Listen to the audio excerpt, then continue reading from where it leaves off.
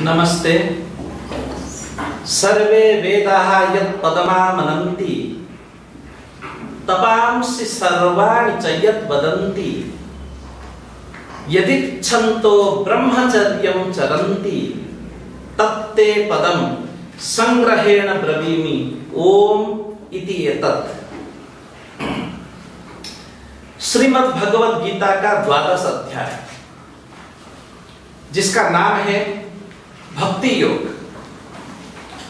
11 अध्याय में भगवान ने अर्जुन को विश्वरूप दर्शन कराया।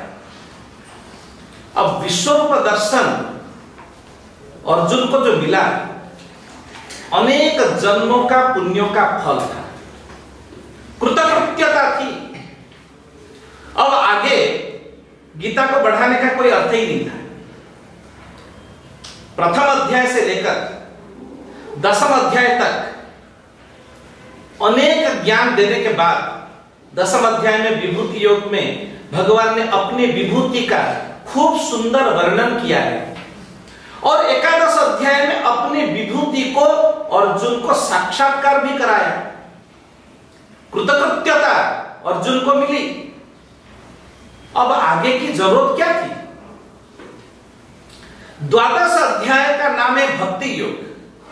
भक्ति योग की शुरुआत करने से पहले भगवान ने 11वें अध्याय में 57वें श्लोक में कहा कि अर्जुन, नाहं वेदैहि न तपसा न दानेन न च इज्जया शक्यम एवं विधम द्रष्टुम दृष्टवानसि माम यथा। अर्जुन, तुमने मुझे जिस तरीका से देखा है, मेरा विश्वरूप को तुमने स्वीकार किया है। कुरुक्षेत्र में अर्जुन के पास कौरव में और पांडवों में अनेक महारथी वहां उपस्थित थे, लेकिन भगवान ने अपना विश्वरूप दिखाने का सौभाग्य सिर्फ अर्जुन को दिया और किसी को पता नहीं चला। लेकिन भगवान ने कहा कि अर्जुन, ये जो सौभाग्य तुमको मिला है, ये सौभाग्य सब हर किसी को नहीं मिलता है। नाहं वेदैहि, बहुत अध्ययन करने से कोई बहुत बड़ा विद्वान बन जाता है और उसके कारण, अपने विद्वत्ता के कारण मेरे स्वरूप देखने के लिए वो सुयोग्य हो जाएगा, ऐसा नहीं है।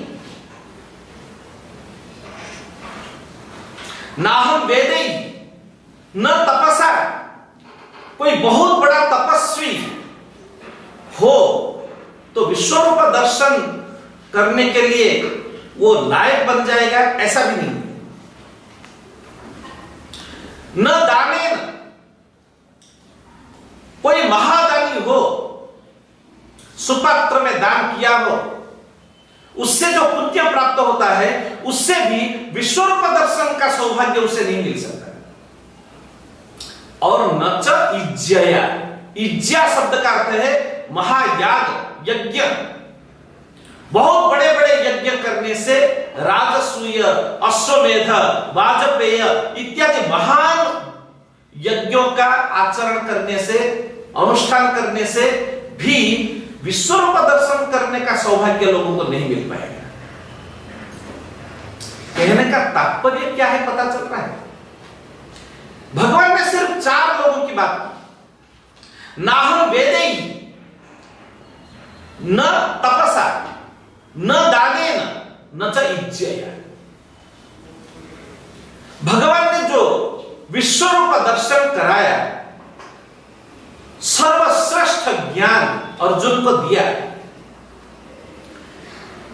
इस सर्वश्रेष्ठ ज्ञान को प्राप्त करने के लिए वहां कौरव और पांडव सेनाओं में 4 ऐसे लोग थे जो हकदार थे, लेकिन उनको नहीं मिला। भगवान ने इशारा किया है, वहां 4 ऐसे लोग थे जो अर्जुन से ज्यादा ज्ञानी थे, ज्यादा तपस्वी थे, ज्यादा दानी थे और ज्यादा अनुष्ठान करने वाले भी थे। तो ज्ञान हमेशा सुयोग्य व्यक्ति को ही दिया जाता है, दिया जाना चाहिए। अयोग्य व्यक्ति को कभी भी 3 चीज नहीं देनी चाहिए। हमारे ऋषियों ने कहा है, अन्नम विद्या तथा कन्या अनर्थिभ्यो न दीयते। अन्न, विद्या और कन्या कभी भी अयोग्य व्यक्ति को नहीं देना चाहिए।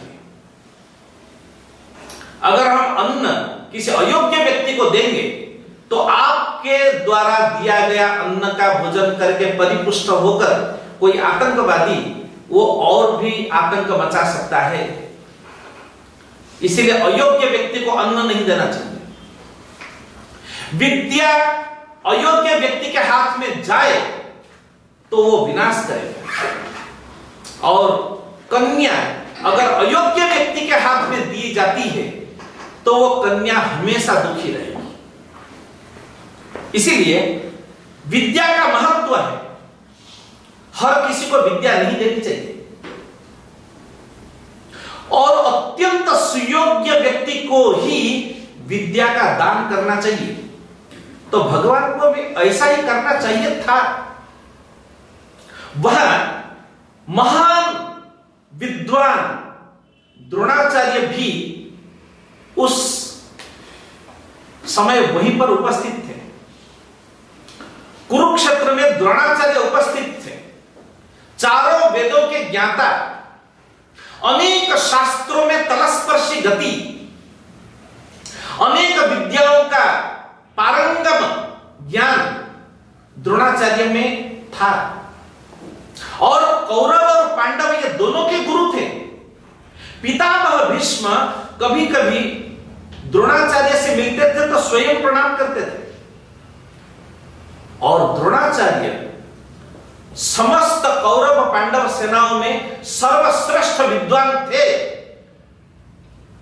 विश्वरूप दर्शन प्राप्त करने के लिए संपूर्ण सुयोग्य हकदार थे, लेकिन भगवान ने द्रोणाचार्य को विश्वरूप दर्शन का आनंद सौभाग्य नहीं दिया। इसलिए भगवान ने कहा, नाहम वेदे ही। इशारा किसके ऊपर है? द्रोणाचार्य के ऊपर है कि विद्वत्ता प्राप्त कर लेने से कोई महान विद्वान बन जाए, अनेक शास्त्रों में ज्ञाता बन जाए तो वो विश्वरूप दर्शन कर लेगा, ऐसा नहीं है। इशारा द्रोणाचार्य के ऊपर, नाहम वेदे।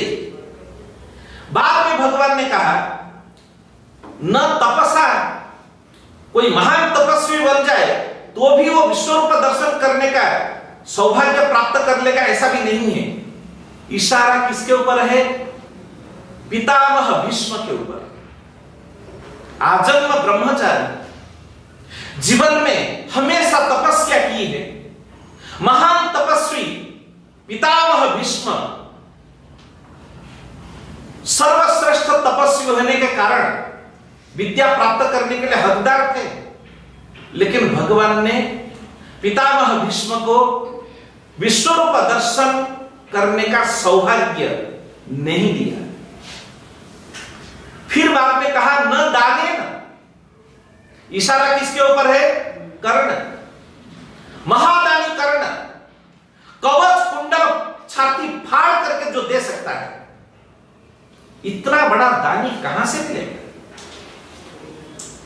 उसको पता था कि जन्म के साथ जो कवच कुंडल मुझे मिला है, जिसके कारण मैं अजेय हूं, आज अगर वो कवच कुंडल छाती चीर करके खींच करके अगर वो कवच में दे दूं उस ब्राह्मण के हाथ में, जो इंद्र ब्राह्मण का वेश धारण करके आया था, तो मेरी मृत्यु होगी। ये जानबूझ करके भी सत्य का रक्षण करने के लिए, अपने वचन का रक्षण करने के लिए महादानी कर्ण ने छाती फाड़ कर कवच कुंडल दान में दे दिया था। इतना बड़ा दानी कोई हो सकता है?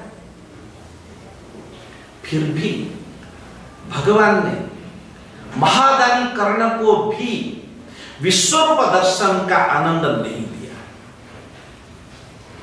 और भगवान ने कहा, न च इज्जया, कोई बहुत बड़ा याग यज्ञ का अनुष्ठान करे, वर्षों तक 1000 लोगों का भोजन सामग्री का प्रबंध करे, बड़े बड़े याग करे, तो उस पुण्य से भी क्या कोई विश्वरूप दर्शन का आनंद ले सकता है? नहीं। न च इज्जया, इशारा किसके ऊपर था? युधिष्ठिर के ऊपर। सत्यवादी धर्मराज युधिष्ठिर जीवन में बहुत बड़े बड़े याग यज्ञ का अनुष्ठान किया था, पुण्य प्राप्त किया था, सत्यवादी थे, उनको लोग धर्मराज कहते थे, और कौरव और पांडव दोनों के बड़े भाई थे, अर्जुन के श्रेष्ठ बड़े भाई भी थे। महाभारत में उल्लेख आता है भगवान कृष्ण कभी कभी युधिष्ठिर से मिलते थे तो प्रणाम करते थे, बड़े भाई कहकर के प्रणाम करते थे, लेकिन उनको भी विश्वरूप दर्शन का आनंद नहीं मिला। ये 4 ऐसे हैं जो अर्जुन से कहीं ज्यादा योग्य थे। अर्जुन द्रोणाचार्य जैसे विद्वान नहीं थे, पितामह भीष्म जैसे तपस्वी भी नहीं थे, दानवीर कर्ण जैसे महान दानी भी नहीं थे, और धर्मराज युधिष्ठिर जैसे कोई याग यज्ञ के अनुष्ठापक भी नहीं थे। तो ये चारों को छोड़ करके भगवान ने अर्जुन में ऐसा कौन सा गुण देखा है कि अर्जुन को उन्होंने ये ज्ञान दिया, दिव्य ज्ञान अर्जुन को दिया है। भगवान ने ही उसका उत्तर दिया है। 11वें अध्याय में 58वें श्लोक में भगवान ने कहा कि अर्जुन, तुमसे बड़े बड़े ज्ञानी, तपस्वी, दानी और याग यज्ञ के कर्ता होते हुए भी यह ज्ञान मैंने तुम्हें दिया है और किसी को नहीं दिया। इसका कारण है कि भक्त्या त्वनन्यया शक्यः अहमेवं विधोर्जुन। हे अर्जुन, तुम्हारे अंदर भक्ति है, तुम्हारे अंदर जो सरलता है। अर्जुन शब्द का अगर हम निर्वचन करेंगे संस्कृत व्याकरण के आधार पर तो रुजु शब्द से बनता है, रुजु से अर्जुन शब्द बनता है। रुजु शब्द का अर्थ है सरलता, सिंप्लिसिटी। भगवान ने कहा कि तुम्हारे अंदर जो भक्ति है वो मैंने और कहीं नहीं देखी। अने भक्त्या तू अनन्यया शक्य। तुम्हारे अंदर खाली भक्ति है ऐसा नहीं है, अनन्य भक्ति है। भीष्म भी भक्तिवान थे, लेकिन अर्जुन जैसे अनन्य भक्ति वाले नहीं थे। इसीलिए भगवान ने क्लियरली कहा है कि अर्जुन, तुम्हें जो विश्वरूप दर्शन का आनंद और सौभाग्य मैंने दिया उसका कारण है भक्त्या तो अनन्यया शक्य है। अनन्य भक्ति तेरे अंदर है, जो भक्ति द्रोणाचार्य में नहीं है, पितामह भीष्म में नहीं है, दानवीर कर्ण में नहीं है और धर्मराज युधिष्ठिर में भी नहीं।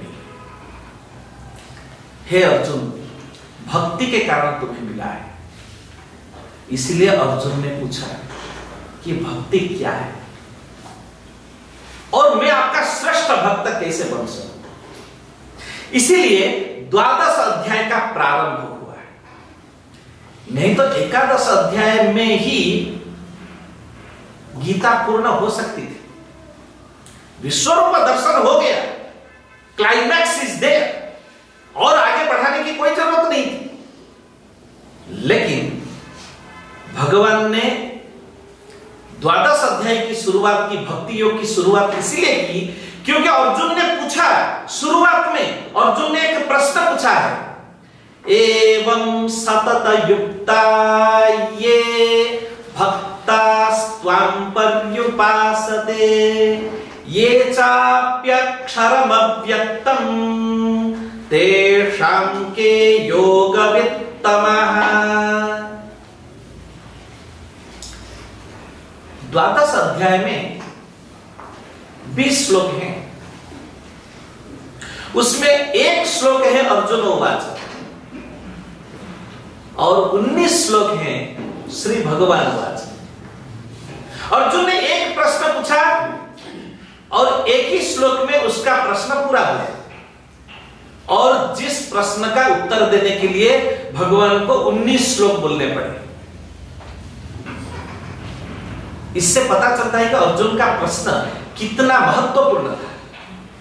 अर्जुन ने यही पूछा कि हे भगवान, मुझे भक्ति का रहस्य समझाइए, और 2 प्रकार के जो भक्त आपकी उपासना करते हैं, एवं सतत युक्ता ये भक्ता त्वां पर्युपासते। अगर संस्कृत व्याकरण में आप लोगों की गति हो ना, तो ये श्लोक का जो सौंदर्य वो आपको पता चलेगा। इसमें अर्जुन ने पूछा है कि पर्युपासते, उपासना और पर्युपासना ये दोनों में भेद है। उपासना सिर्फ भगवान की जाती है, और पर्युपासना भगवान के साथ साथ और भी बहुत सारे तत्व, स्थल, नदी, पर्वत सबकी की जाती है। और भगवान के जो 2 प्रकार के भक्त हैं, एक निर्गुण स्वरूप की उपासना करने वाले भक्त और सगुण स्वरूप की उपासना करने वाले भक्त, उसमें निर्गुण स्वरूप का उपासन करने वाले जो भक्त हैं वे उपासते यानी उपासना करते हैं, लेकिन जो सगुण स्वरूप का ध्यान करते हैं वे पर्युपासना करते हैं। निर्गुण स्वरूप अर्थात भगवान परमेश्वर स्वयं गुण रहित, आकार रहित है। न भूमिर न तोयम न तेजो न वायुर न खम नेन्द्रियम व न तेषां समूह। वो जल नहीं, पृथ्वी नहीं, वायु नहीं, आकाश नहीं है, तेज नहीं है, कुछ भी नहीं है, जिनको वेद में नेति नेति कहा गया है। न इति, न इति, यह नहीं है, वो नहीं है, वो नहीं है। ऐसे निर्गुण परमात्मा की उपासना करने वाले, जिनको निर्गुण भक्त अथवा निर्गुण उपासक कहा जाता है, वे सिर्फ निर्गुण भगवान की उपासना करते हैं, परमेश्वर की, ब्रह्म की उपासना करते हैं। और सगुण भक्त किसे कहते हैं? जो गुण सहित, आकार सहित भगवान की उपासना करते हैं। उनका कहना है कि भगवान जो निर्गुण, मूलतः निर्गुण है, वो कभी कभी जरूरत पड़ने पर धर्म संस्थापनार्थाय संभवामि युगे युगे, वो शरीर धारण करते हैं। उनके हाथ में कभी कभी वंशी शोभा देता है, तो कभी कभी कोदंड धनु भी रहता है, कभी त्रिशूल रहता है, अलग अलग प्रकार का स्वरूप उसका होता है। इसलिए सगुण उपासना करने वाले जो भक्त हैं वो पर्युपासना करते हैं, यानी सिर्फ भगवान की उपासना नहीं, भगवान के साथ साथ उनके साथ जुड़े हुए जितने स्थल हैं, जितने व्यक्ति हैं, जितने तत्व हैं, जितने नदियां हैं, जितने पर्वत हैं, उनकी भी उपासना करते हैं। भगवान कृष्ण की उपासना करने वाले सिर्फ भगवान कृष्ण की उपासना नहीं करते हैं, उसके साथ साथ वृंदावन की भी उपासना करते हैं, क्योंकि वह स्थल भगवान कृष्ण के साथ जुड़ा हुआ है। यमुना नदी की भी उपासना करते हैं, क्योंकि वह नदी भगवान के साथ जुड़ी हुई है। गीता ग्रंथ की भी उपासना करते हैं, क्योंकि वह ग्रंथ भगवान की मुखनिसृत वाणी है, भगवान से जुड़ा हुआ वो ग्रंथ है, इसीलिए उसकी भी उपासना करते हैं। नंदगांव, गोकुल, वृंदावन, श्यामकुंड, राधाकुंड, इन सभी स्थलों की भी उपासना करते हैं, उतनी ही भक्ति पूर्वक उपासना करते हैं, क्योंकि ये सभी भगवान कृष्ण की लीला भूमि है और उनसे जुड़े हुए हैं। इसलिए सगुण भक्त पर्युपासना करते हैं। मैं आपको एक लौकिक उदाहरण दे रहा हूं, जिससे आपको ज्यादा अच्छी तरह समझ में आए। आप सोचिए, शिलंग में एक सज्जन जिनके 2 पुत्र हैं, दोनों पुत्रों का विवाह हुआ है और घर में 2 पुत्र वधू आई है। ज्येष्ठ पुत्र वधू का कहना है कि मैं आपके पुत्र की पत्नी हूं, मेरे पति मेरे लिए आराध्य हैं, मैं उनकी उपासना करूंगी, लेकिन मेरे पति के साथ जुड़े हुए जितने लोग हैं उनके साथ मेरा कोई संबंध नहीं है, उनके साथ मैं किसी भी प्रकार का रिलेशन रखना नहीं चाहती हूं, लेकिन मेरे पति और मैं बस हम दो ही रहेंगे। पत्नी से पति खुश है और पति से पत्नी भी खुश है, लेकिन पत्नी ने यह प्रयत्न किया है, पत्नी ने यह प्रतिज्ञा ली है कि और किसी के साथ मुझे कोई रिलेशन नहीं रखना है। तो वो पति की उपासना करते हैं, वो निर्गुण उपासना जैसी है, सिर्फ एक व्यक्ति की उपासना है। द्वितीय पुत्र वधु ने ऐसा कहा कि ना, मुझे सबके साथ संबंध रखना है, मैं सिर्फ आपकी पुत्र की पत्नी हूं ऐसा नहीं हूं, मैं उनकी पत्नी होने के साथ साथ मेरे पति के पिता जो मेरे ससुर हैं उनके साथ भी मुझे अच्छा रिलेशन रखना है, मेरे पति की मां उनके साथ भी मुझे रिलेशन रखना है, मेरे पति के भाई बहन चाचा चाची मामा मामी जितने भी जुड़े हुए हैं वो सभी मेरे हैं, and I will keep good relation with all. मुझे सबके साथ अच्छा संबंध रखना है।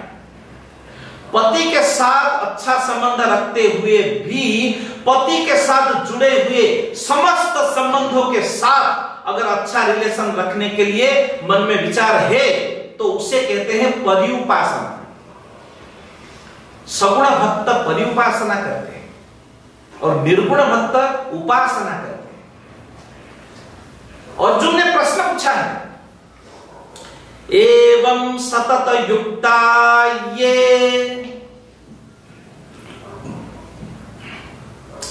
भक्तास्त्वं पर्युपासते ये चाप्यक्षरमव्यक्तम् तेषां के योगवित्तमः। हे भगवान, अर्जुन ने प्रश्न पूछा है कि हे भगवान, दो प्रकार के भक्त आपकी उपासना करते हैं, एक सगुण उपासक है और एक निर्गुण उपासक है।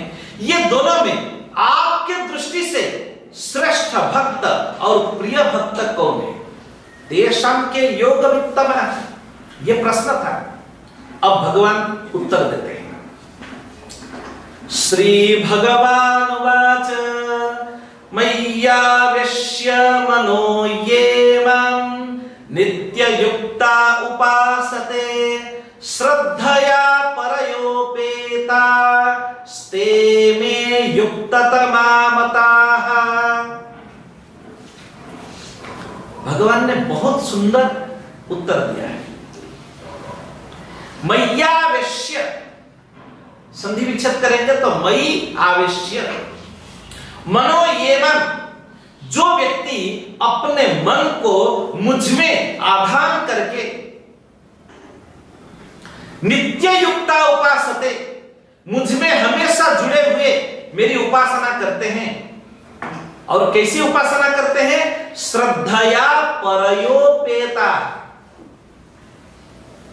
श्रद्धया श्रद्धा पूर्वक, परयोपेता परया उपेता, परया यह शब्द श्रद्धा का विशेषण है, इसलिए श्रद्धा में तृतीया विभक्ति एकवचन है तो पर शब्द का, परा शब्द का तृतीया विभक्ति एकवचन परया, यानी परया श्रद्धया। पर शब्द का अर्थ है श्रेष्ठ, श्रेष्ठ श्रद्धा से युक्त होकर जो मेरी उपासना करते हैं वो मेरे अत्यंत प्रिय भक्त होते हैं। अब भगवान ने यहां कहा है कि परया श्रद्धया, मतलब है श्रेष्ठ श्रद्धा से युक्त होकर। तो अगर श्रेष्ठ श्रद्धा यहां पर कही गई, इसका मतलब है कि निकृष्ट श्रद्धा भी कुछ होनी चाहिए। अगर मेरे दो विद्यार्थी हैं और मैं कहूं सुरेश और रमेश दो विद्यार्थी हैं, मैं अगर कहूं कि सुरेश बहुत बुद्धिमान है। कहने का तात्पर्य क्या है? तात्पर्य यही है कि दूसरा जो रमेश वो इतना बुद्धिमान नहीं है। कहने का तात्पर्य तो यही है ना। तो भगवान ने कहा परया श्रद्धया, यानी श्रेष्ठ श्रद्धा से, तो कहीं ना कहीं निकृष्ट श्रद्धा भी तो होनी चाहिए। हाँ है। श्रद्धा दो प्रकार की होती है। अत्यंत उत्साहपूर्वक शुद्ध भावना से आप जो सत्कर्म करते हैं उसको हम श्रद्धा कहेंगे। लेकिन वो श्रद्धा श्रेष्ठ श्रद्धा भी हो सकती है और कनिष्ठ श्रद्धा भी हो सकती है। सुपेरियर एंड इंफीरियर हो सकती है। वो कैसे? मैं आपको एक लौकिक उदाहरण दे रहा हूं। Suppose I am a professor in Gujarat university. मैं मेरे यूनिवर्सिटी के बच्चों को मैं बहुत अच्छी तरह पढ़ाता हूं। My students are very much interested in my class and I am also very much interested to teach my students. मैं मेरे बच्चों को अच्छी तरह श्रद्धा पूर्वक पढ़ाता हूं और दिल से मैं ये कामना करता हूं कि मेरे बच्चे यूनिवर्सिटी में गोल्ड मेडलिस्ट बने, श्रेष्ठ गुण प्राप्त करें और जीवन में श्रेष्ठ कर्म अनुष्ठान करें। सपोज मेरे कॉलेज के प्रिंसिपल मुझे दूसरे दिन बुला करके मुझे कहें कि professor Panda, you are a very good professor, you teach your students very efficiently and all your students are very much happy and interested in your class. लेकिन गुजरात सरकार का एक परिपत्र आया है कि अगले महीने से आपको आपकी सैलरी नहीं मिलेगी, लेकिन you can come to the college, no problem, you can teach your students. मैं उसकी फैसिलिटी कर दूंगी। आप अपने कॉलेज में आइए, अपने बच्चों को पढ़ाइए, बच्चे भी आपके क्लास में आएंगे। वो तो बहुत चाहते हैं कि पांडा साहब के क्लास में बैठे और पढ़ें, लेकिन आपको अगले महीने से अपनी सैलरी नहीं मिलेगी। मुझे क्या करना चाहिए? पढ़ाने के लिए आना चाहिए कि नहीं आना चाहिए? What I should do? मैं दूसरे दिन से LD arts college Gujarat university के 10 किलोमीटर की दायरा में दिखाई नहीं पड़ूंगा, because I need my salary first. It is practical. मैं श्रद्धा पूर्वक पढ़ाता हूं, but I have an expectation. श्रद्धया परयोपेता स्ते में युक्ततमा मताः। आगे चलकर भगवान ने कहा है कि मुझे मय्येव मनाधत्स्व, मैं श्लोक नंबर 8 में जा रहा हूं। मय्येव मनाधत्स्व मयि बुद्धिं निवेशय निवशिष्यसि मय्येव अत ऊर्ध्वं न संशयः। भगवान ने कहा कि अर्जुन, मेरा श्रेष्ठ भक्त बनने के लिए तुमको क्या करना पड़ेगा? मय्येव मन आधत्स्व, मुझ में ही अपना मन का आधान करो। मयि बुद्धि निवेशय, मुझ में अपनी बुद्धि का भी आधान करो। मन और बुद्धि एक चीज नहीं है। वेदांत शास्त्र के आधार पर संकल्प विकल्पात्मकम मनः निश्चयात्मिका बुद्धि। मन से संकल्प होता है, विकल्प होता है, लेकिन बुद्धि, intellect, that intellect is always decisive, it takes the decision. आज 2 बजे का मेरा कार्यक्रम, प्रवचन द्वादश अध्याय के ऊपर है, ऐसा कई लोगों को मैसेज गया है। आप लोगों को भी यही संदेशा मिला है। मिलने के बाद आपके मन में संकल्प विकल्प जरूर उठे होंगे कि क्या द्वादश अध्याय सुनने के लिए मुझे, मेरा घर तो रामकृष्ण मिशन से 10 किलोमीटर है, 2 बजे में पहुंच पाएगा? फिर विकल्प आएगा कि नहीं, जाने की क्या जरूरत है, वो किताब पढ़ लेगा ना, वो प्रोफेसर जो कुछ बोलेंगे किताब से ही तो बोलेंगे, किताब पढ़ लेंगे, वही ज्ञान मिल जाएगा। फिर मन में संकल्प आया कि ना, he is a professor and he has come from all the way from Gujarat, Ahmedabad, तो चलिए ना उनका कैसा प्रवचन है सुनेंगे। फिर विकल्प आएगा, नहीं नहीं, क्या जरूरत है, कोई भी प्रोफेसर हो लेकिन वो ऐसा प्रवचन करेंगे कि बोर तो करेंगे ही, ये सब क्या सुनने की जरूरत है, चलो ठीक है आज बहुत अच्छा है कि पिक्चर देखते हैं। संकल्प विकल्प, संकल्प विकल्प, करना है नहीं करना है, करना है नहीं करना है, बहुत सारे चलते रहते हैं, उसे कहते हैं मन। लेकिन बुद्धि ने निर्णय लिया, सब संकल्प विकल्प सबको दबा करके आपकी बुद्धि ने यह निर्णय लिया कि ना, 50 काम छोड़ करके भी मुझे जाना चाहिए, और आप आ गए। 200 लोगों को लगभग संदेशा दिया गया था और 50 लोग आ गए। तो मन और बुद्धि, मन संकल्प और विकल्प करता है और बुद्धि डिसिसिव है, टेक्स द डिसीजन, वो निश्चयात्मिका बुद्धि ही। भगवान ने कहा है कि मन और बुद्धि ये दोनों को मुझ में ही अर्पण करो, और अगर हे अर्जुन तुम मन और बुद्धि ये दोनों को मुझ में अर्पण कर दोगे तो उसका परिणाम फलश्रुति क्या मिलेगा? भगवान ने कहा है निवशिष्यसि मय्येव, तो तुम मुझ में निवास करोगे। ये बात समझ में आ रही है? बहुत ही डिफिकल्ट है, भगवान ने यहां पर बम पड़ा है। भक्त के हृदय में भगवान रहते हैं, ये बात तो समझ में आती है, लेकिन भगवान ने यहां तो उल्टी गंगा बहाई है। उन्होंने कहा कि अर्जुन तुम मेरे हृदय में निवास करोगे, यानी भगवान के हृदय में भक्त निवास करेगा, यही तो लिखा है। इसलिए 8वां श्लोक में भगवान ने जो कहा है, इतना बड़ा साहसिक वचन आपको किसी भी शास्त्र में कहीं भी दिखाई नहीं पड़ेगा। हे अर्जुन, अगर तुम अपने मन और बुद्धि को मुझ में अर्पण कर दोगे तो इसका परिणाम यही मिलेगा कि तुम मेरे हृदय में आ जाओगे, मेरे हृदय में तुम्हारा धारण करोगे। यानी भगवान खुद बोल रहे हैं कि अर्जुन तुम भक्त हो लेकिन मेरे हृदय में तुम रहोगे। कितनी बड़ी बात है। और अर्जुन को कदाच इसमें डाउट होगा तो कि भगवान ऐसा कैसा हो सकता है, भक्त के हृदय में भगवान होता है, भगवान के हृदय में भक्त कैसे आ सकता है? No, it is not possible, I don't believe in it.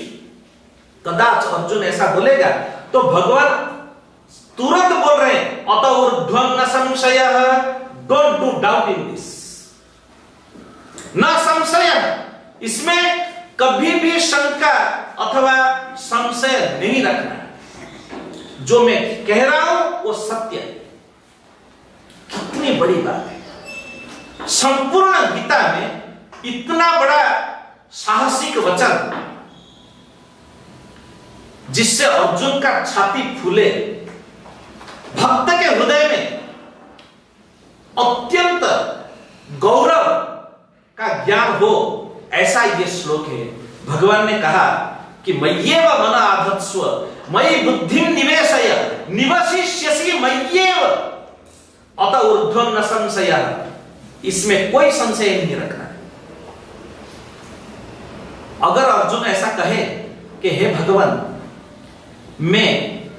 मेरा मन और बुद्धि हमेशा के लिए आप में जोड़ नहीं पाता है, it's not possible in my part, तो भगवान ने कहा कि ठीक है, अगर तुम इतना नहीं कर सकते हो तो दूसरा मार्ग, दूसरा विकल्प में दे रहा। अभ्यास योगेन ततो माम इच्छाप्तुम धनंजय।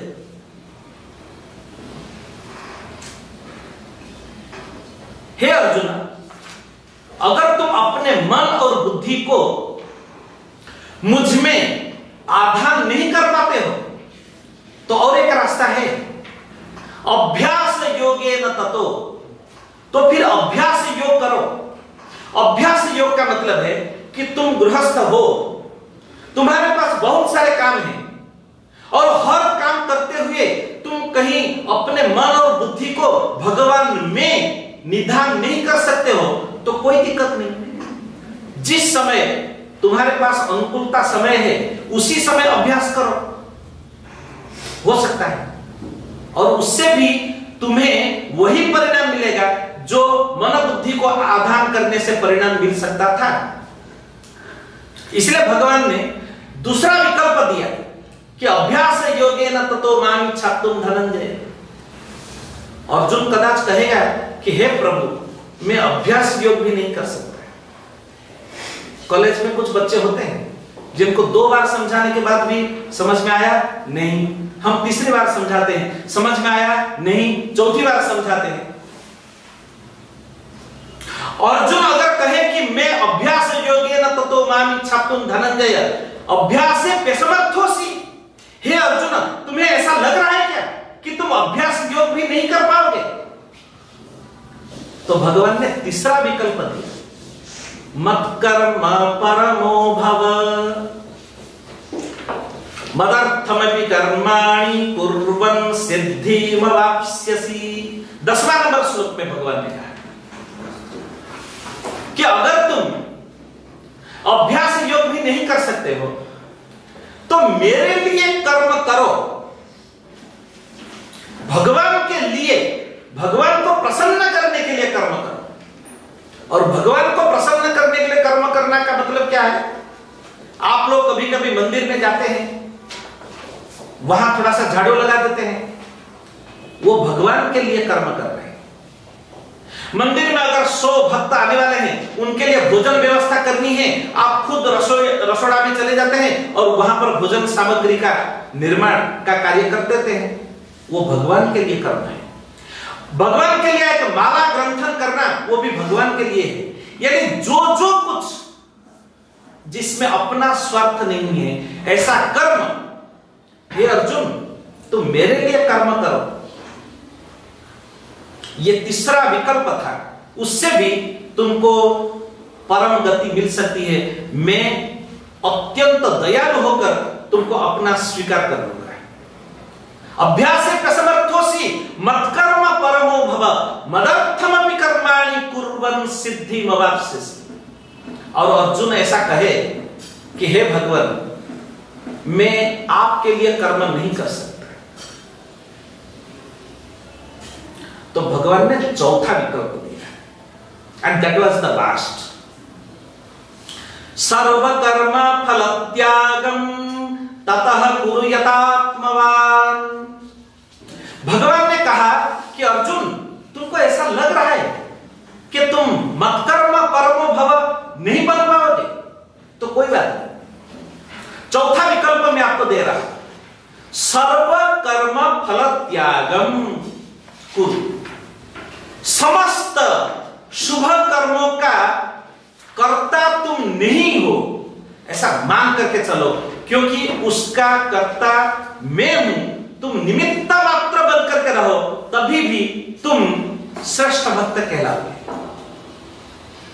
भगवान ने 4 विकल्प दिया, आप लोगों को याद है ना? मैं फिर से पूछ रहा हूं। पहला विकल्प क्या था?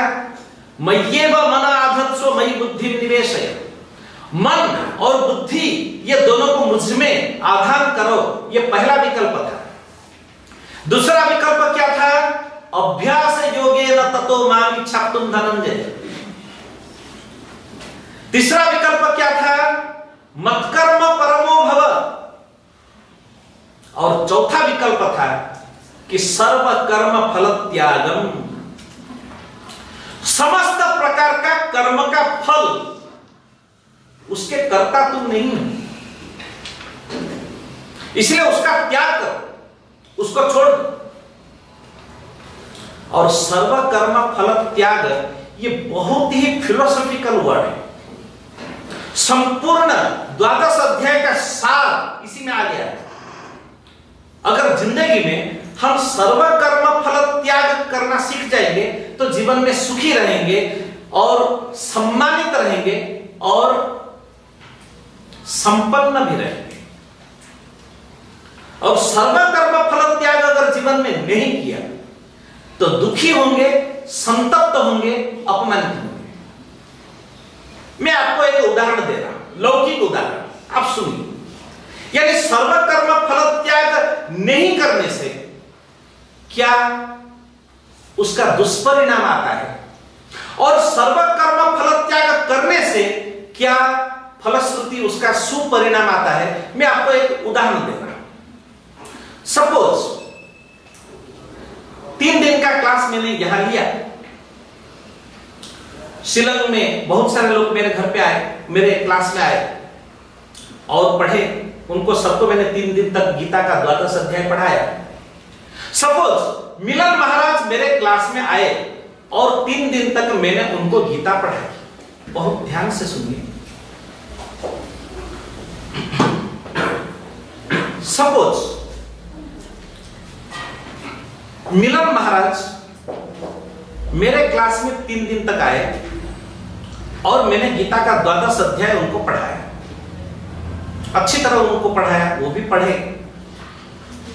और 1 महीने के बाद अचानक मिलन महाराज ने मुझे अपने घर बुलाया।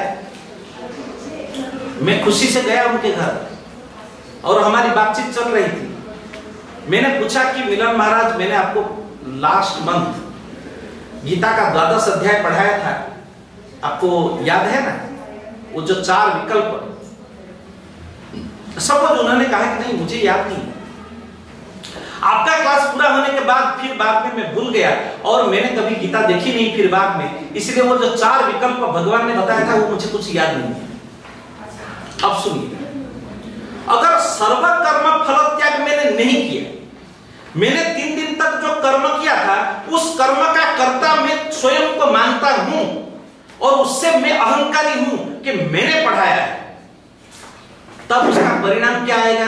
मैं दुखी होऊंगा और मैं कहूंगा कि मिलन महाराज 3 दिन तक मैंने आपको पढ़ाया, इतनी अच्छी तरह समझाया, आपको याद नहीं आया? मेरे जैसे प्रोफेसर कौन ऐसा है कि जो गुजरात से यहां पर आएंगे और आपको पढ़ाएंगे? क्यों याद नहीं किया? करना चाहिए था। क्यों ऐसा वार्तालाप हो रहा है? क्योंकि मैं उस कर्म का कर्ता स्वयं को समझ रहा हूं।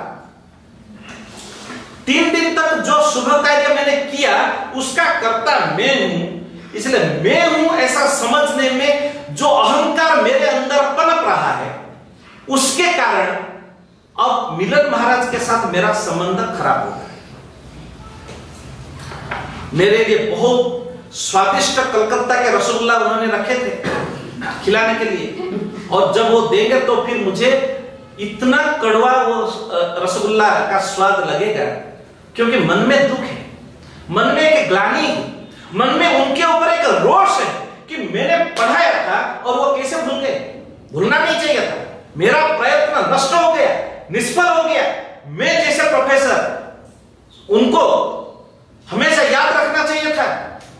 अहंकार पूर्ण, ये जो अहंकार पूर्ण जो वार्तालाप हुआ अथवा मेरे मन के अंदर, मैंने सर्वकर्म फल का त्याग नहीं किया और उस क्रिया का कर्ता मैं खुद मान रहा हूं, तो उसका परिणाम यही आएगा कि मिलन महाराज के साथ मेरा संबंध खराब होगा।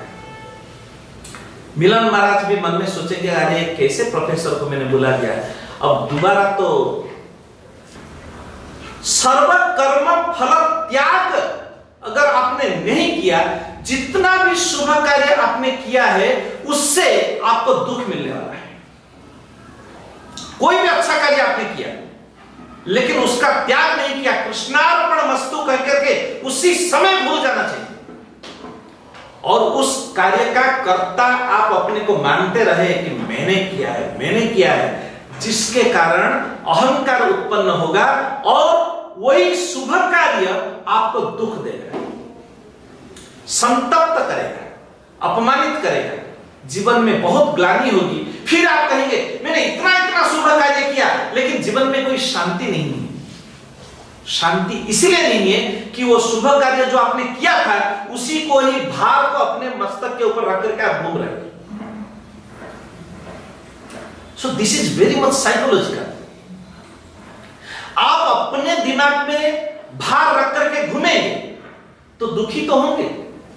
इसलिए कोई भी शुभ कार्य आप करते हैं उसका कर्ता मैं नहीं हूं, भगवान कृष्ण मेरे द्वारा करा रहे हैं और कर दिया, फिर बाद में भूल गए, छोड़ करके चले जाना चाहिए और हलवा फूल होकर के शांत आनंदित रहना चाहिए। उससे कहते हैं सर्व कर्म फल त्यागम। अगर 3 दिन तक मैंने गीता पढ़ाई और उसमें 50 लोग आए, पढ़े, अच्छी बात है, मुझे दूसरे दिन भूल जाना चाहिए। वहीं पर क्लास पूरा हुआ तो कृष्णार्पण वस्तु कह करके मन में उस कर्म का फल का कर्ता मैं नहीं हूं, मेरे द्वारा कराया गया है, मैं निमित्त मात्र हूं, ऐसा मान करके वो कार्य को वहीं पर भगवान के श्री चरणारविंद में त्याग करके अगर मैं चला जाऊं, मैं सुखी रहूंगा, संपन्न रहूंगा और सम्मानित भी रहूंगा। सपोज सर्व कर्म फल त्याग मैंने किया और मिलन महाराज ने मुझे अपने घर में बुलाया।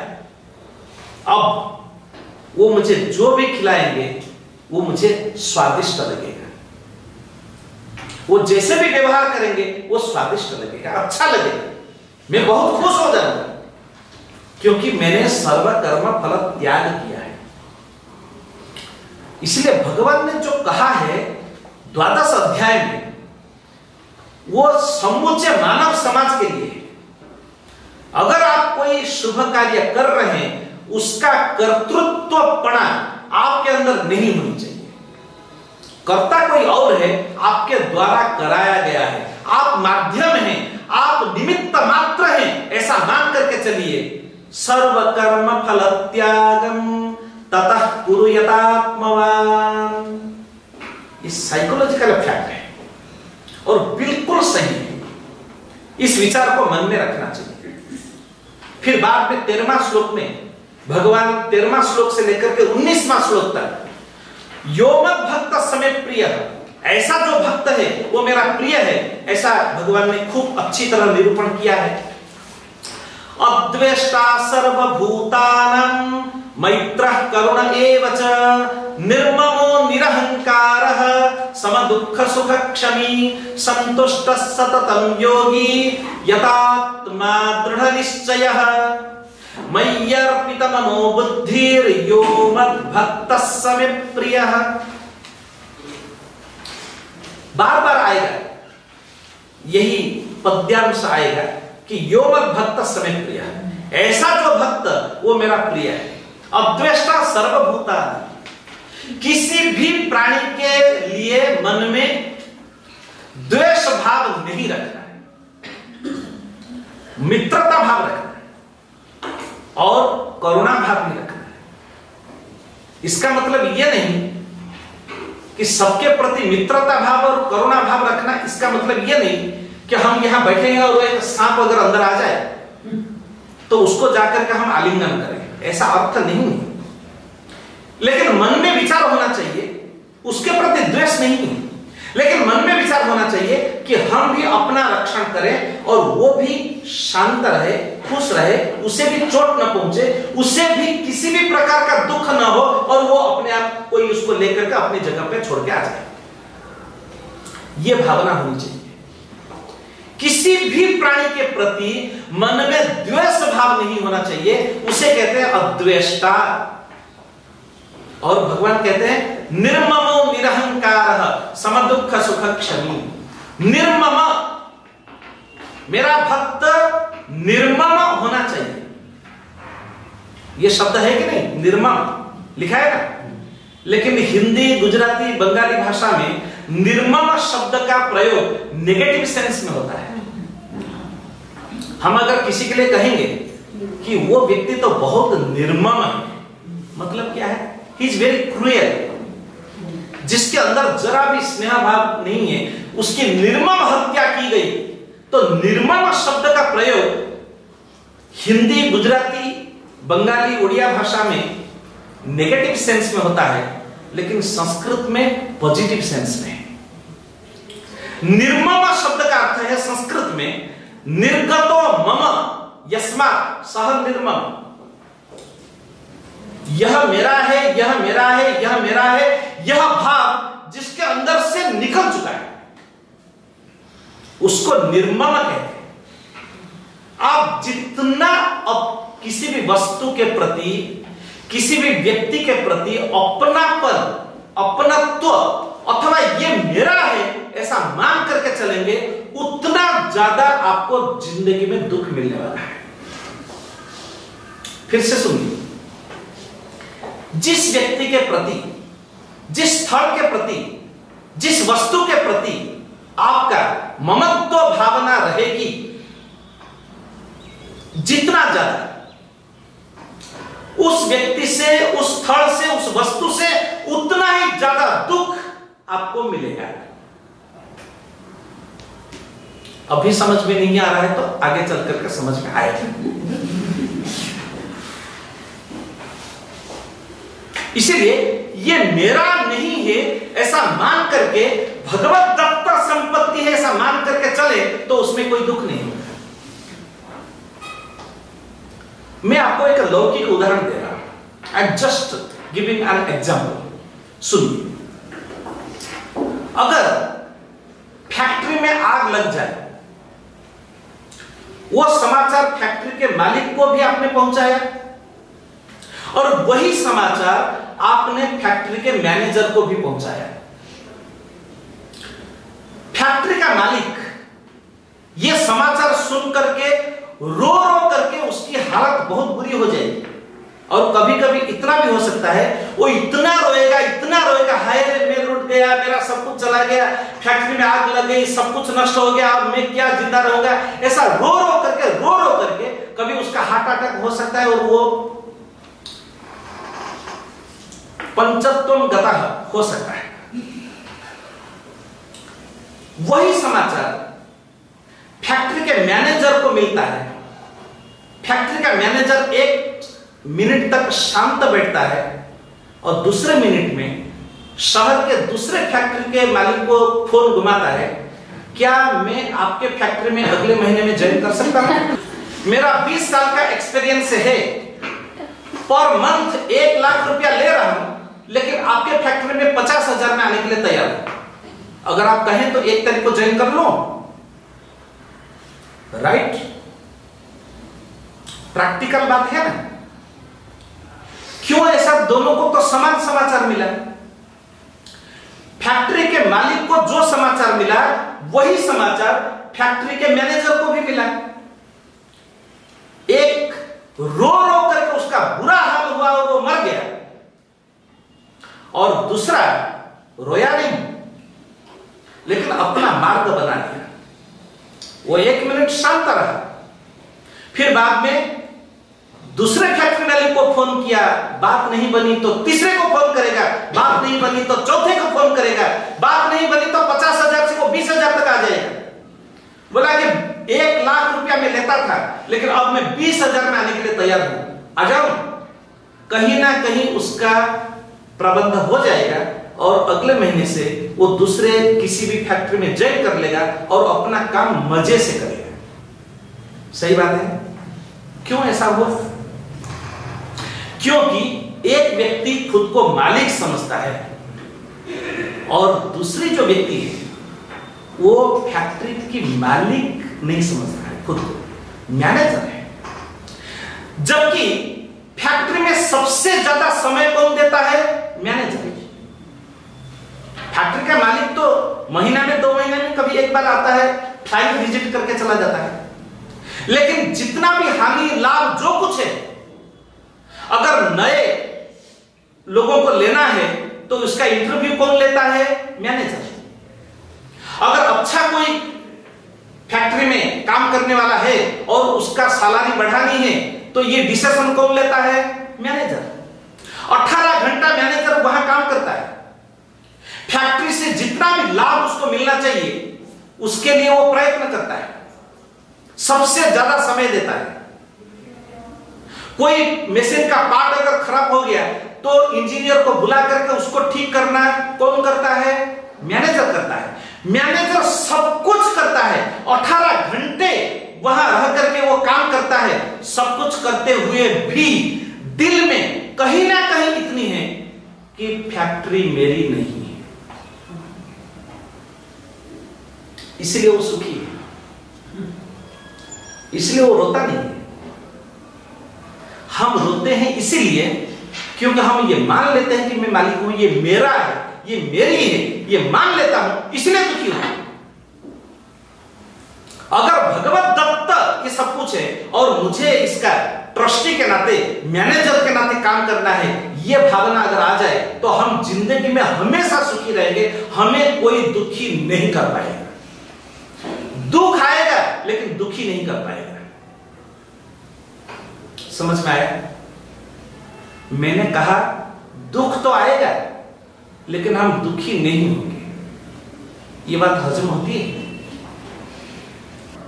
निर्ममो निरहंकारः सम दुख सुख क्षमी। सम दुख सुख, सुख और दुख ये दोनों में समान भावना रखना, ऐसा भगवान ने कहा है।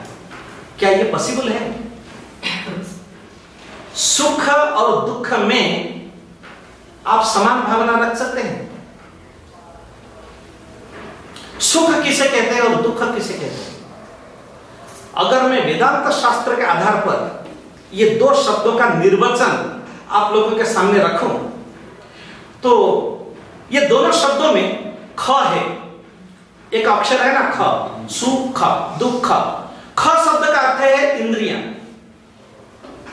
यानी चक्षु कर्ण नासिका जिह्वा और त्वचा, ये पांचों को संस्कृत में ख कहते हैं। और ये पांचों को अच्छा लगे यानी सु तो सुख होता है और अच्छा न लगे तो दुख होता है। इसलिए सुख अथवा दुख ये एक ही सिक्का के दो पहलू हैं। जिस वस्तु से, जिस व्यक्ति से आज आपको सुख मिल रहा है, उसी वस्तु से, उसी व्यक्ति से आपको पारावार दुख मिलने वाला है।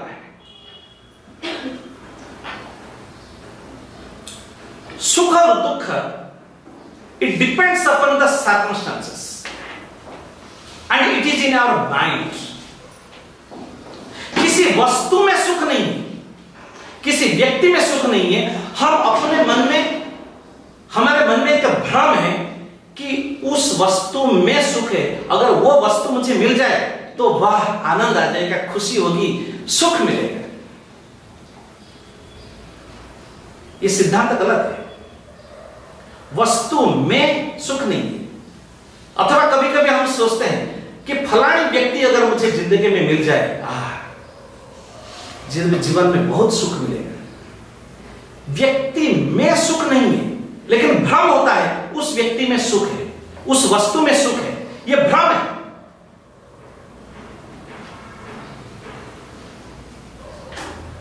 उसके लिए एक उदाहरण दे रहा, आप सुनिए। सपोज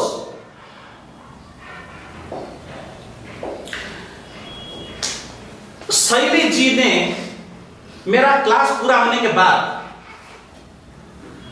प्रोफेसर हूं इसलिए हर एक विद्यार्थी का नाम लेकर के उदाहरण देता हूं। सपोज मेरा प्रवचन पूरा हुआ, शैली जी को मेरा प्रवचन बहुत अच्छा लगा और उन्होंने कहा कि सर आप हमारे घर बिल्कुल पास में हैं, आप 10 मिनट के लिए आ सकते हैं। मुझे भी अनुकूलता थी, मैंने कहा हाँ ठीक है मैं आऊंगा, और मैं गया। शैली जी ने मेरे स्वागत के लिए बहुत ही स्वादिष्ट कलकत्ता के रसगुल्ले रखे थे।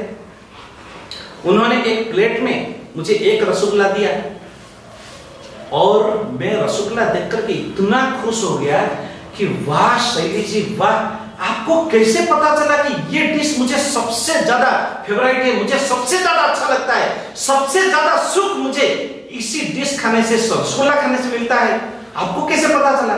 लेकिन आपने दिया, वाह अच्छा लगा, थैंक यू वेरी मच। मैंने एक रसगुल्ला खाया, तो उन्होंने दूसरा रखा। मैं कहूंगा कि शैली जी थैंक यू, लेकिन ऐसा है कि मैं डायबिटीज का पेशेंट हूं और मुझे डॉक्टर ने मना किया है। हालांकि ये डिश मुझे बहुत अच्छा लगता है, आपने श्रद्धा पूर्वक मुझे दिया है, मुझे बड़ी खुशी हो रही है, thank you again, but I will not take more. ठीक है, आपने बड़ी खुशी से दूसरा जो दिया है वो मैं स्वीकार कर लेता हूं। मैंने दूसरा रसगुल्ला खा लिया तो शैली जी ने तीसरा रखा। मैं कहूंगा कि Shaili ji please, it is too much. I am a diabetes patient, doctor ने मुझे मना किया है और फिर भी मैंने कहा था आपको कि आप मत दीजिए, लेकिन फिर भी आपने दिया है। अच्छा तो नहीं लग रहा है, लेकिन बस आप समझ जाइए कि मुझे अब और आगे नहीं बढ़ना है बस। लेकिन ठीक है, लिया बस, एनफ। तीसरा रसगुल्ला मैंने खाया तो शैली जी ने चौथी रख दी। मैं थोड़ा सा गुस्से में आऊंगा। मैं कहूंगा कि शैली जी आप मेरी बात समझ रही है कि नहीं? क्या आप चाहती है कि मैं डायबिटीज पेशेंट और ज्यादा मेरा डायबिटीज बढ़ जाए? आप मुझे घर में इसलिए बुलाई थी? ठीक है, अगर आपने दिया है तो इसको मैं फेंकूंगा नहीं, क्योंकि अन्न का अपमान होता है, मैं ले लेता हूं, लेकिन आप please you must understand my point. गुस्सा करते हुए भी मैंने चौथा रसगुल्ला खा लिया। शैली जी ने पांचवा रसगुल्ला, और मैं बहुत ज्यादा गुस्से में आ गया। मैंने कहा शैली जी इट इज वेरी बैड, और मैं आपके घर कभी भी नहीं आऊंगा, क्योंकि आप समझती क्या है? अरे डायबिटीज पेशेंट मैं शुरुआत से कह रहा हूं और आप मेरी बात नहीं समझ रही है, अब मैं बिल्कुल नहीं खाऊंगा। शैली जी ने कहा चलो दे तो दिया है तो खा तो लीजिए। मैंने कहा नहीं बिल्कुल नहीं, फिर भी ठीक है।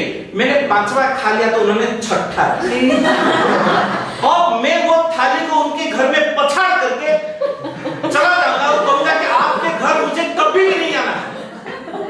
सुनिए, अब ये जो घटना बनी, हम इसका एनालिसिस करेंगे। ये जो काल्पनिक घटना हमारे सामने बनी, इसका हम साइकोलॉजिकली हम एनालिसिस करेंगे। अगर रसगुल्ला में सुख है तो पहला रसगुल्ला खाते समय मुझे जितना सुख मिला था, छठा रसगुल्ला में भी उतना सुख मिलना चाहिए था, लेकिन नहीं मिला। अगर रसगुल्ला में सुख है, सुख उसका धर्म है, जैसे कि आग का धर्म है दाह, जलाना, तो आग आप सुबह जलाइए तो भी गर्म लगेगा, शाम को जलाइए तो भी गर्म लगेगा, रात को जलाइए, कभी भी जलाइए, आग कभी भी जलाएंगे तो भी दाह उसमें है। दाह उसका गुण है, धर्म है। लेकिन रसगुल्ला अथवा वस्तु में, किसी भी वस्तु में सुख नहीं है, ये उसका धर्म नहीं है। It depends upon the circumstances. पहले रसगुल्ला में जो सुख मिला, छठा रसगुल्ला में वो सुख नहीं मिला। छठा तो क्या, दूसरा रसगुल्ला खाने से ही वो सुख कम हो गया, तीसरा रसगुल्ला खाने से वो सुख और कम हो गया, और धीरे धीरे ऐसा आया कि मैं वो प्लेट फेंक करके वहां जाना पड़ा मुझे। राइट? इससे ये सिद्ध हुआ, प्रमाणित हुआ कि किसी भी वस्तु में सुख नहीं है।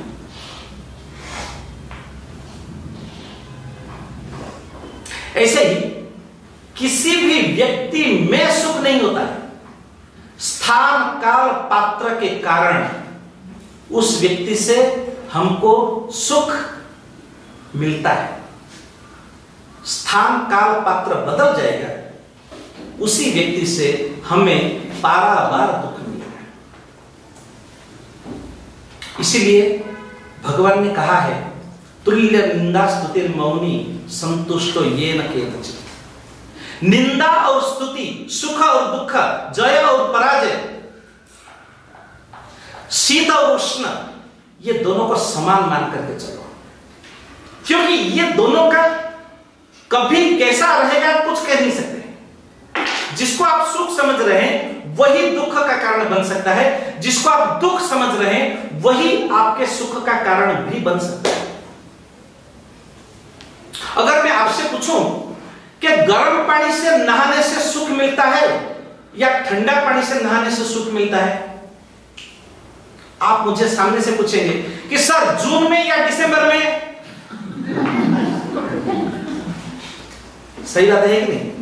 इसमें सुख कब मिलता है, कब नहीं मिलता है, कौन सी परिस्थिति में मिलता है, कौन सी परिस्थिति में नहीं मिलता है, वही सुख गर्म पानी से नहाने से जो सुख दिसंबर में मिल रहा है वही जून में अत्यंत दुखदायी बनता है, और जून में ठंडा पानी से नहाने से जो सुख मिलता है वही सुख दिसंबर में नहीं मिलता है। So it depends upon the time, it depends upon the circumstances that you are getting happiness or unhappiness in your life. ऐसे ही स्तुति और निंदा ये दोनों भी एक जैसे हैं। लोग आपकी स्तुति करेंगे, लोग आपकी निंदा भी करेंगे भरपूर। कोई भी अच्छा काम करने के लिए आप जाएंगे, सबसे पहले लोग आपकी निंदा करेंगे, ये मान करके चलो। और किसी की निंदा सुनकर अगर आपकी आंखों से गंगा जमुना छूटती है, और किसी की स्तुति सुनकर अगर आपकी छाती 1 इंच सामने आ रहा है, तो समझ लीजिए आप बहुत दुर्बल हैं और आपसे कोई बड़ा काम नहीं होगा। कॉलेज में मेरी जो लड़कियां मेरे क्लास में होती है ना, वो लगभग 18 साल से लेकर के 24-25 साल के बीच में, मैं खास करके मेरी लड़कियों को एक बात कहता हूं कि बेटा, अगर कोई तुम्हारी बहुत प्रशंसा करे ना, तो you must be very careful. समझ में आया ना? पहले सोचना कि अगर वो मेरी इतनी स्तुति कर रहा है तो उसके पीछे कारण क्या है, मकसद क्या है, वो तो करेगा। लेकिन अगर उसकी स्तुति सुनकर उसको सच मानकर आपके अंदर अगर वो स्तुति और करे और प्रशंसा करे, गुदगुदी हो रही है कि नहीं मुझे इतना ऐसा कहा, मैं ऐसी हूं, मेरा बाल ऐसा है, काली नागन जैसी जुल्फे तेरी काली काली, सागर जैसी आंखों वाली, लोग तो कहेंगे, लेकिन लोगों को कहने दो, उसको दिल में मत ले। और जो लड़की ऐसी स्तुतियों को सुनकर के प्रभावित हो जाती है, जीवन में वो दुखी होती है। मैं कॉलेज में मेरी लड़कियों को खास करके कहता हूं, निंदा और स्तुति दोनों से अलग रहो। कोई तुम्हारी भरपूर निंदा करे ना, उसको भी नहीं सुनना, जस्ट इग्नोर। और कोई तुम्हारी भरपेट स्तुति करे तो भी इग्नोर, और अपने रास्ते में चलते रहो, अपना लक्ष्य तक मार्च करते रहो। लोग तुमको डिस्ट्रैक्ट करने के लिए प्रयत्न करेंगे, तुम्हारे मार्ग से भटकने के लिए तुम्हें मजबूर करेंगे, लेकिन करना नहीं। और अगर तुम किसी की स्तुति सुनकर के खुश हो गई, किसी की निंदा सुनकर के तुम सिकुड़ गई, इसका मतलब है कि तुम बहुत दुर्बल हो। B strong. किसी की निंदा, किसी की स्तुति का कोई प्रभाव आपके ऊपर पड़ना नहीं चाहिए। तुल्य निंदा स्तुतिर्मौनी संतुष्टो येन केनचित्, अनिकेतः स्थिरमतिर् भक्तिमान में प्रियो नरः। अनिकेतः स्थिरमतिर्, जिसका मति स्थिर है। बहुत सारे लोग दुनिया में होते हैं जिनका मति यानी बुद्धि स्थिर नहीं होता है। वो क्या करेंगे क्या नहीं करेंगे वो समझ में नहीं आता है। आज एक डिसीजन लिया, तुरंत वो डिसीजन 2 दिन के बाद बदल जाएगा। भगवान ने कहा कि no, you must take your decision which is very hard and strong. Your decision should be unshakeable.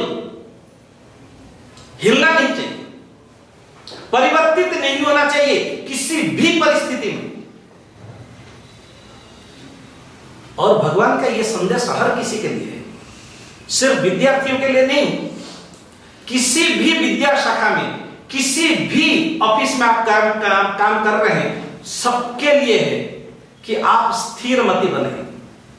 आपको पता होना चाहिए कि आप इस दुनिया में क्यों आए हैं। आपको पता होना चाहिए, लक्ष्य सामने होना चाहिए, स्थिर मति, ये मेरा काम है, और तो सब काम होता जाएगा, लेकिन पता होना चाहिए। सही बात है ना? सपोज आपका नाम क्या है? चिरंजीवी। अपना बिजनेस बढ़ाने के लिए वो लंदन गया है। Suppose Chiranjeevi has gone to London for 1 week just to spread his business.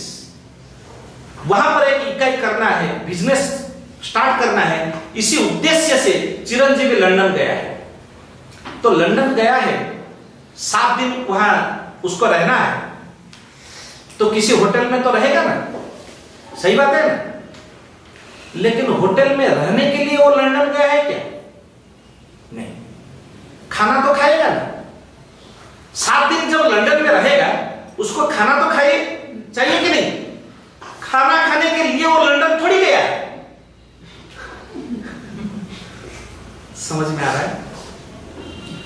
खाना वो खा रहा है, लेकिन खाना खाने के लिए लंदन नहीं गया। होटल में रह रहा है, लेकिन होटल में रहने के लिए लंदन नहीं गया। सुबह सुबह पेट साफ करने के लिए टॉयलेट जाता है, लेकिन टॉयलेट जाने के लिए वो लंदन गया है।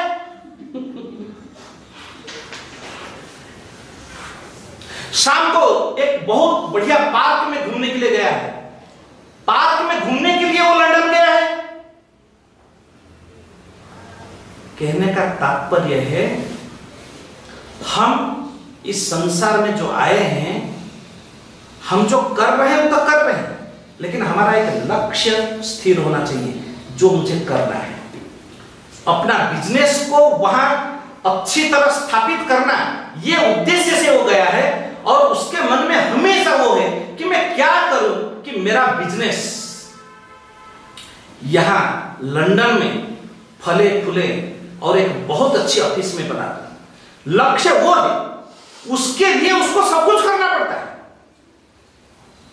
लक्ष्य है अपने बिजनेस को स्टार्ट करना, लेकिन उसके लिए उसको 7 दिन रहना पड़ेगा, इसीलिए होटल में रहना पड़ेगा। होटल में रहने के लिए वो नहीं गया, होटल में रहना पड़ता है तो रहेगा, खाना खाना पड़ता है खाएगा, स्नान करना जरूरी है स्नान करेगा, थोड़ा सा शाम को सुबह वहां पार्क में टहलने के लिए जाना है, वॉकिंग करना है, जिसके लिए स्वास्थ्य अच्छा रहता है, वो करेगा। सब कुछ करते हुए भी उसका लक्ष्य एक रहता है कि बिजनेस सेटअप करना है। राइट? आप 12 अध्याय का भक्ति योग का सार है कि आज आप लोग अपना लक्ष्य तय कर लीजिए, किस लिए मैं आया हूं। भगवान कृष्ण को प्रसन्न करने के लिए मैं आया हूं। घर संसार है, चलता है, लक्ष्य एक है कि कृष्ण की सेवा मुझे करनी है, कृष्ण की प्रसन्नता मुझे चाहिए। कॉलेज में प्रोफेसर हूं, करना पड़ता है, करता हूं, सैलरी मिलता है, मिलने दीजिए, परिवार है, पुत्र है, पत्नी है, सब कुछ है, घर है, संसार है, सब कुछ है, रहने दीजिए, सब चलता रहे, अच्छी तरह चलता रहे, लेकिन लक्ष्य है कि मैं क्या करूं जिसकी वजह से मेरे प्रभु प्रसन्न हो। आज आप लोग अपना लक्ष्य स्थिर करके जाइए। भगवान के परम भक्त आप तभी कहलाएंगे जब you will set up your goal in your life and you must be very stubborn to reach that. और भगवान ने कहा है कि ब्राह्मी ये धर्म्यामृतमिदं यथोक्तम पर्युपासते श्रद्धाना मत परमा भक्तास्तेतीव में प्रिया। और वो भक्त मेरे अत्यंत प्रिय है जो मेरे द्वारा बताया गया ये जो मार्ग है, इस मार्ग का यथोक्तम पर्युपासते, मैंने जैसा कहा है ऐसा ही उसकी उपासना करते हैं। और श्रद्धा पूर्वक भगवान ने श्रद्धा के ऊपर, परया श्रद्धया, श्रेष्ठ श्रद्धा के ऊपर ज्यादा भार दिया है। श्रद्धया, श्रद्धाना मत परमा भक्तास्तेतीव मे प्रिया। ओम तत्सदिति श्रीमद् भगवद गीतासु उपनिषत्सु ब्रह्म विद्यायां योग शास्त्रे श्री कृष्णार्जुन संवादे भक्ति योगो नाम द्वादशोऽध्याय। हरि ओम तत्सत्। ओम कृष्णार्पणमस्तु। मैंने कुछ नहीं किया, ये सोच करके कृष्णार्पण करके अब मैं विदाई लेता हूं। नमस्ते। Question answer session just for 10 minutes. Sir मेरा एक क्वेश्चन है, बहुत ही सिंपल क्वेश्चन है। तो जैसे आपने कहा कि किसी व्यक्ति या वस्तु से हमें जितना सुख मिलता है परिवर्तन काल में उससे उतना ही दुख मिलता है। तो क्या ये संभव है कि जितना हमें पहले अगर हमें दुख मिले सुख भी मिल सकता है उस वस्तु या व्यक्ति से? एक बात है, सुख और दुख ये दोनों के ऊपर कोई भरोसा नहीं है। आप निश्चित रूप से नहीं कह सकती कि यह वस्तु व्यक्ति अथवा स्थल मेरे लिए सुखदायक है अथवा दुखदायक है। वो चेक होते रहते हैं। इसीलिए सुख और दुख को दृष्टा के नाते रहना, दृष्टा में देखने वाला, साक्षी और दृष्टा भाव से देखना, वही बुद्धिमानी है। नहीं तो जो व्यक्ति दृष्टा नहीं बन पाएगा वो सुख में हंसेगा और दुख में रोएगा।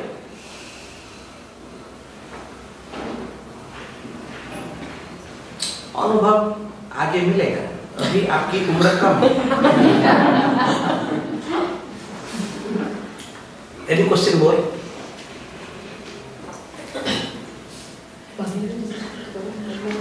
हाँ, यस। आपने जैसे कहा कि लाइक कोई सा वस्तु अपना नहीं होता और अपने होने से दुख मिलते हैं।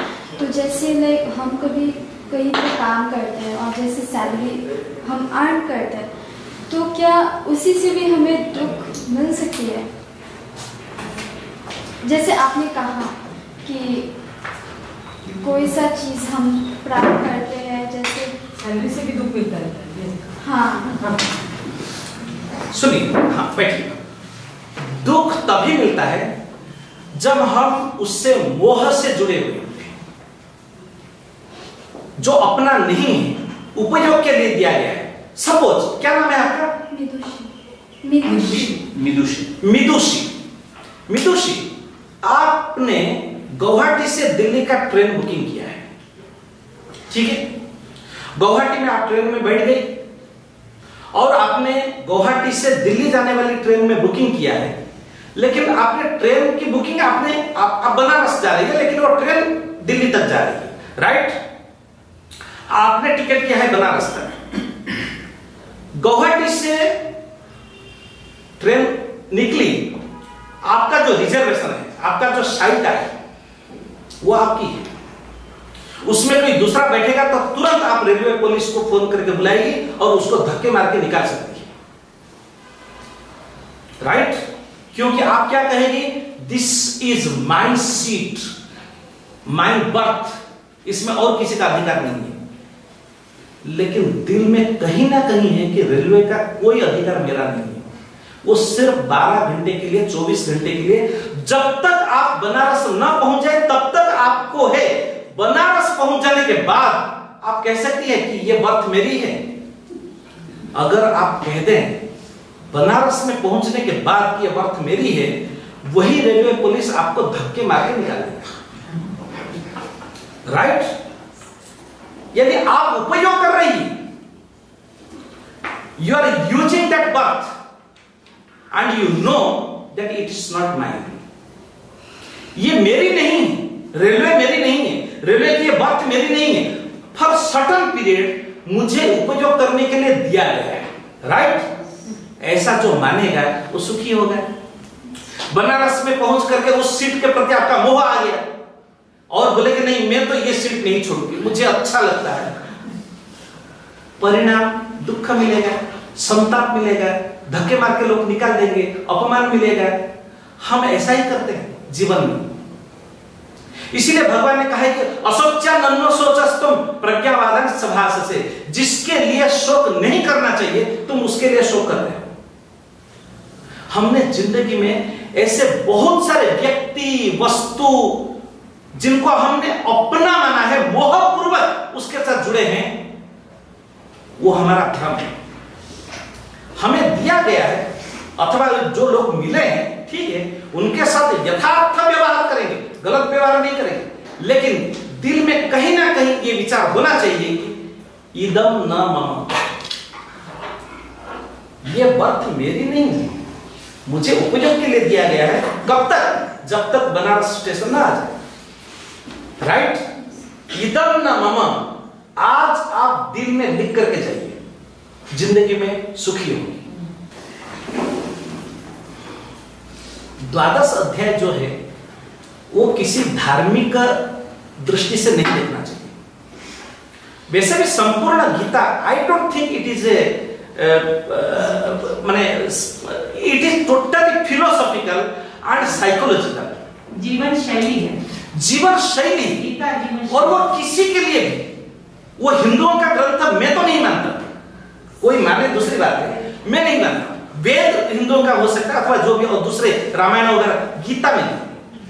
गीता संपूर्ण मानव जाति का, मनुष्यों के लिए ग्रंथ है, क्योंकि बहुत ही प्रैक्टिकल, फिलोसॉफिकल और प्रैक्टिकल साइकोलॉजिकल बात भगवान ने कही है। इसलिए गीता का तत्व का जो मनन चिंतन हम सही तरीका से करेंगे, हम जीवन में सुखी होंगे, क्योंकि गीता का ज्ञान ये हमारे लिए एनेस्थेसिया है। जीवन में दुख आएंगे लेकिन हम दुखी नहीं होंगे, वो एनेस्थेसिया लगा दो, फिर बाद में जो होता है उसको देखते रहो, दृष्टा बन करके देखते रहो, कोई कष्ट नहीं होता। और दूसरी बात है, मालिक नहीं बनना है, मैनेजर बनना है। आप मालिक बनेंगे तो रो रो करके बुरा हाल होगा आपका। मैनेजर बनेंगे, अत्यंत खुशी, आनंद और सुख में रहेंगे और अपना मार्ग बदल देंगे। सो डोंट बी ए मालिक बट बी ए मैनेजर। यह गीता का सार है। दूसरी बात है, 2015 में मैं जर्मनी गया था।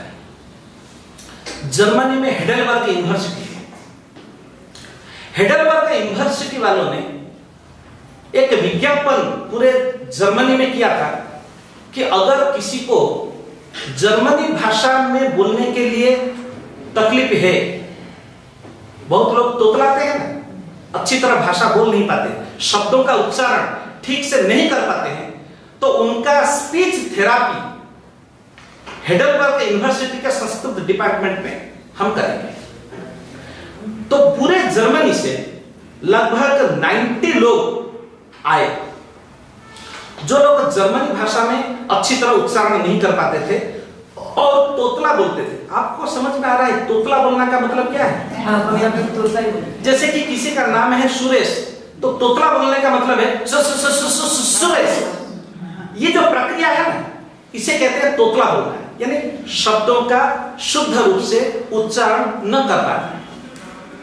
ऐसे लोग आए और हेडेलबर्ग यूनिवर्सिटी के संस्कृत डिपार्टमेंट के प्रोफेसरों ने स्पीच थेरापी का प्रयोग उन लोगों के ऊपर किया। स्पीच थेरापी का मतलब यही था, सुबह 2 घंटे और शाम को 2 घंटे 3 घंटे उन लोगों ने वेद मंत्रों का उच्चारण और गीता का 3 अध्यायों का पाठ उनसे करवाया। स्पीच थेरापी का मतलब यही था, शुद्ध उच्चारण और जोर से उनसे करवाया। परिणाम यह आया, 3 महीने के अंदर वो लोग जर्मनी भाषा में शुद्ध तरीका से उच्चारण करने लगे। वो उनका न्यूज बुलेटिन में भी आया विचार। So I met some professors and I discussed about this कि हाउ इट इज पॉसिबल। तो वहां के प्रोफेसरों ने मुझे बताया कि संस्कृत व्याकरण के आधार पर हमने स्पीच थेरापी का निर्माण किया है। संस्कृत में जो शब्द है, जो अक्षर है, उन अक्षरों का उच्चारण स्थान पाणिनि ने जिसने संस्कृत व्याकरण बनाया है, उसने 3000 वर्ष पहले निश्चित किया है।